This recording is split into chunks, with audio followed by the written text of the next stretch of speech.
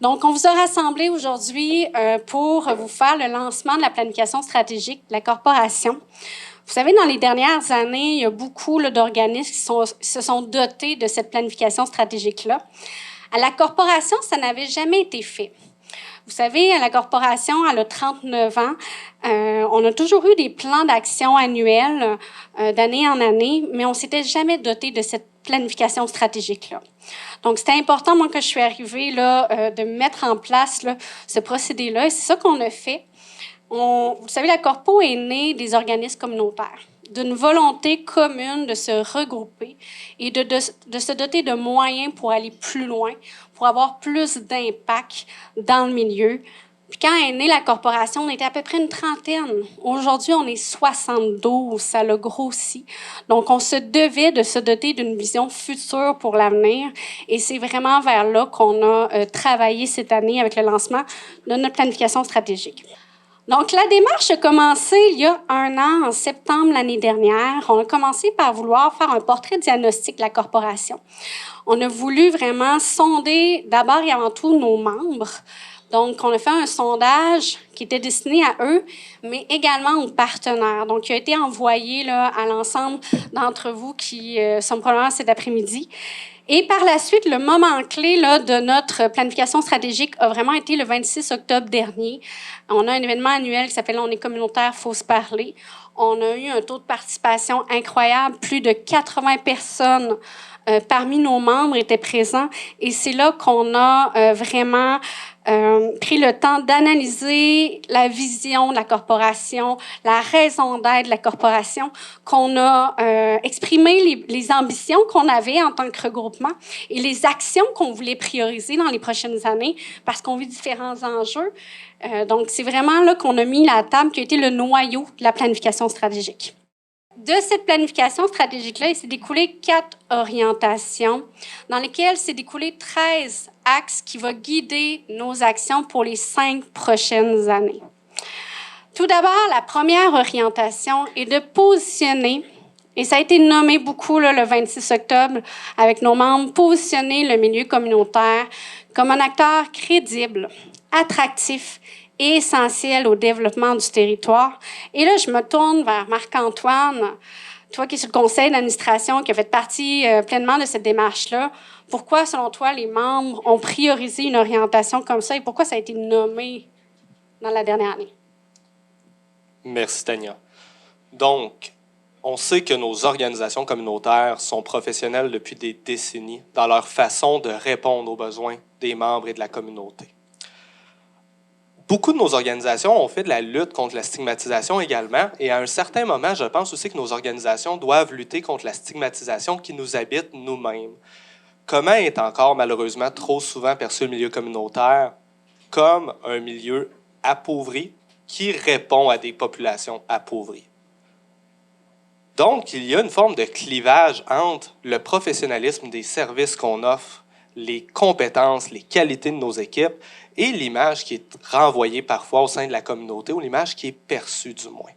Donc, on parlait de positionner le milieu communautaire comme un acteur crédible, attractif et essentiel. L'aspect essentiel, il est relevé depuis des années. Sans le milieu communautaire, le tissu social au Québec s'effondre. Maintenant, le milieu communautaire a été fragilisé. Il a été fragilisé par la pandémie et plus récemment par une forme de pandémie qui est un petit peu plus insidieuse, la pénurie de main-d'œuvre. Difficile de maintenir le professionnalisme de nos équipes et des services rendus en contexte où on n'a pas les ressources pour rendre ces services-là. Donc, plusieurs acteurs du milieu se sont retrouvés un petit peu à la croisée des chemins. Qu'est-ce qu'on doit faire? Bien, on doit, en fait, afficher à l'extérieur l'image professionnelle de nos qualités. On doit refléter justement qu'on est des acteurs essentiels et attractifs. On doit créer des conditions de travail, positionner le milieu comme ce qu'il est devenu aujourd'hui, un milieu évolutif qui est plus essentiel que jamais. Allons à l'orientation 2 cette fois-ci. Le soutien des membres a toujours été au cœur de la Corpo et c'est pour ça que l'orientation 2, on ne pouvait l'éviter.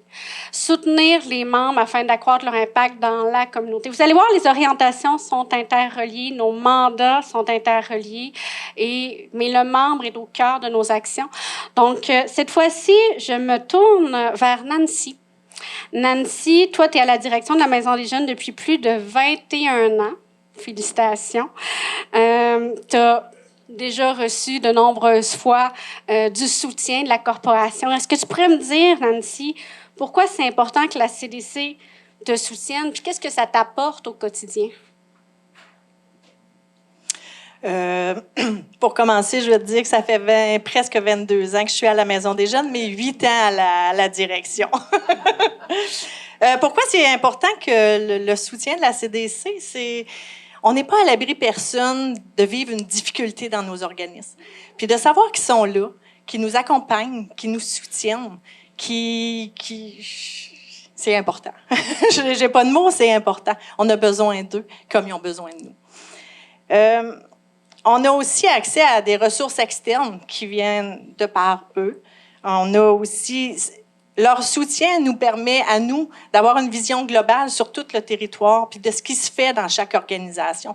Dans nos petits organismes, on peut pas tout connaître, mais par la CDC, on a la vision d'ensemble. La CDC, elle assure aussi une certaine vigie sur le territoire. Fait que ça permet à les 2 yeux et les 2 oreilles bien ancrés pour s'assurer qu'il n'y ait pas de dédoublement non plus sur le territoire, ce qui est important pour chacun d'entre nous. Avec le roulement de personnel aussi qui se fait sentir un peu partout, c'est important de transmettre la mémoire collective. Fait que je crois que la CDC est là aussi pour permettre cette transmission de données-là en même temps que nous. Donc, je vous présente l'orientation 3. Mobiliser la solidarité et l'engagement du milieu communautaire, ça a toujours été des termes qui ont été souvent dits, la solidarité et tout. On l'a mis sur la table lors de notre planification stratégique. Et moi, Marc-Antoine, je me tourne vers toi. La notion de solidarité et d'engagement a évolué au cours des années. Avec la démarche qu'on a entreprise, tu peux me dire, selon toi, c'est quoi la vision de solidarité et d'engagement que la Corpo veut construire avec ses membres? Oui, mais en fait, je dirais que tous et toutes ici, nous représentons les maillons d'un filet de sécurité sociale. Hein? Un filet de sécurité qui est aussi fort que les liens qui l'unissent. Et face aux besoins grandissants, face aux besoins criants de la communauté, mais également confronté à la pénurie de main-d'œuvre qui nous habite, la transversalité, la collaboration, la concertation est plus importante que jamais. Tania le disait tout à l'heure, seul on va vite, ensemble on va loin. Si tout le monde ici, on ne se concerte pas, on se dédouble, on fait des projets sans prendre connaissance de ce qui se fait sur le milieu, parce qu'il s'en fait des choses sur le milieu. Hein. Je vous rappelle notamment 22 projets parmi tant d'autres qu'il y a eu lors de la cérémonie des bons coups, 22 diamants. Si on ne se concerte pas, ben, on va créer des projets qui vont peut-être avoir une portée plus limitée et on va limiter notamment notre réponse aux besoins populationnels. Donc, la vision de la solidarité que j'ai entendue chez les membres, pour moi, elle provient un petit peu d'un sentiment d'urgence. Comment pouvons-nous s'entraider pour être plus forts ensemble et autrement? Et finalement, la 4e orientation. Se donner les moyens de réaliser notre mission et d'atteindre le changement souhaité. Il faut que je vous dise que cette orientation-là est la base des 3 autres. Parce que si on ne fait pas cette orientation-là, qui est un peu plus à l'interne de la corporation, on ne sera pas en mesure de faire les autres, car elle s'adresse vraiment là, plus au niveau interne. Mais on voulait vous la mettre de l'avant aussi parce qu'on a parlé de changement de méthode. Donc, Nancy, tu es à ton 3e mandat comme administratrice de la corporation. Donc, tu entends ta 6e année sur le conseil. Merci de ton implication. Avec le temps, tu es devenue une ambassadrice de la CDCBF. Encore, je te voyais ce midi de parler avec tout le monde, puis parler de notre regroupement. Donc, on sent vraiment que tu as à cœur là, la corpo. Dans nos orientations, on veut encore plus favoriser l'engagement des administrateurs. On veut les impliquer davantage parce que les administrateurs de la Corpo, c'est nos membres. Ils sont élus en Assemblée générale. C'est eux qui assurent la vigie au courant de l'année des orientations. Moi, j'aimerais savoir, Nancy, qu'est-ce que tu en penses dans le contexte où on enclenche une démarche de planification stratégique? Bien, c'est important en tant que membre du conseil d'administration d'être là pour vous appuyer, d'être là pour vous supporter aussi, puis d'être là pour s'impliquer activement dans tout le processus. La CDC, elle travaille pour ses membres, mais avec ses membres. Fait que c'est important aussi de votre part de vous impliquer autant que nous sur le CA aussi. Il y a été une phrase qui a été dite durant un peu partout au CA, durant la rencontre. On est communautaire, faut qu'on se parle au lac à l'épaule. C'est que, tu sais, une fameuse phrase, c'est « Ne vous demandez pas ce que la Corpo peut faire pour vous, mais bien ce que vous pouvez faire pour la Corpo. » Moi, je trouvais ça merveilleux comme phrase. Donc, je suis vraiment fière, moi, cet après-midi, de vous avoir présenté toutes ces orientations et ces axes-là. Je suis vraiment contente de votre grande participation à ce lancement-là. Je suis emballée. J'ai beaucoup d'ambition et de détermination pour les prochaines années. Et je sais que j'ai le soutien de mes membres derrière moi.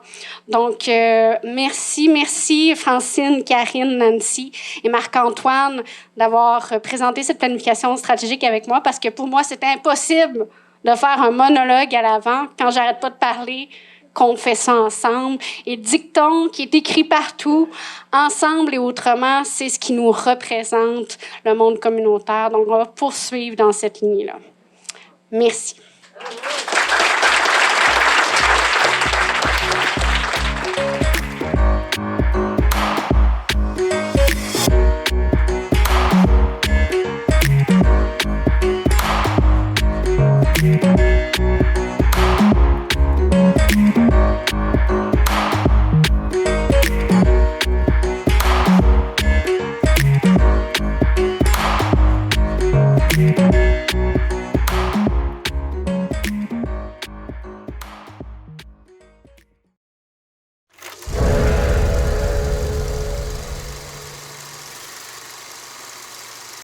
« 50% du verre recyclé se retrouve dans les sites d'enfouissement. » Fait qu'est-ce que je fais?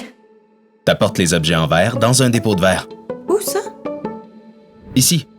Présentement, il n'y a qu'un seul point de dépôt dans le centre du Québec. Exigeons qu'il y en ait plus.